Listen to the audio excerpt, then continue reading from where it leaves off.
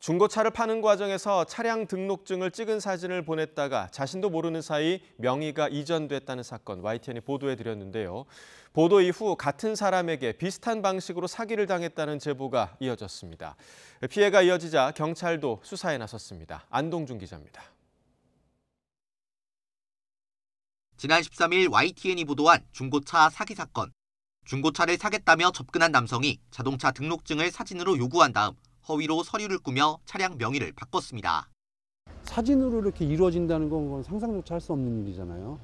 문서를 내가 준 것도 아니고. 그런데 YTN 취재 결과 같은 남성에게 비슷한 수법으로 명의를 빼앗긴 피해자가 현재까지 9명에 이른 것으로 확인됐습니다.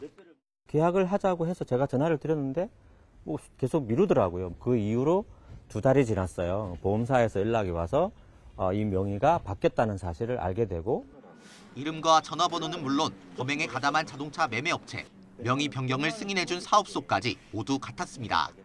차량에는 손도 대지 않은 채 실제 차주인이 모르는 사이 명의만 바꿔 차를 담보로 대출금을 받아 챙기는 수법도 똑같았습니다.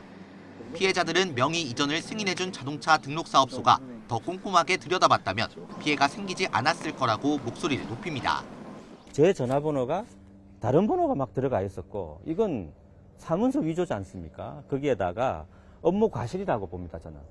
이것만 안 했더라면 이런 피해자가 단 한 명도 나오질 않아요. 이에 대해 청주시 자동차 등록 사업소 측은 피해에 대해 안타깝게 생각하지만 명의 이전 승인은 법적으로 문제가 없다고 밝혔습니다. 다만 추가 피해를 막기 위해 자동차 매매업자가 명의 이전을 신청하면 실물 차량 제시를 요구하는 등 자체적으로 확인 절차를 강화하고 있다고 설명했습니다. 하지만 이미 피해자가 여럿 발생한 뒤라 사후 약방문이란 비판을 피할 수 없어 보입니다. 게다가 실물 차량 확인이 의무가 아니어서 다른 등록사업소에서 유사한 사건이 발생해도 적발하지 못할 가능성이 큽니다. 이런 가운데 경찰은 중고차를 구매하겠다고 접근한 남성의 신원을 확보하고 출석을 요구하는 등 수사에 나섰습니다. YTN 안동준입니다.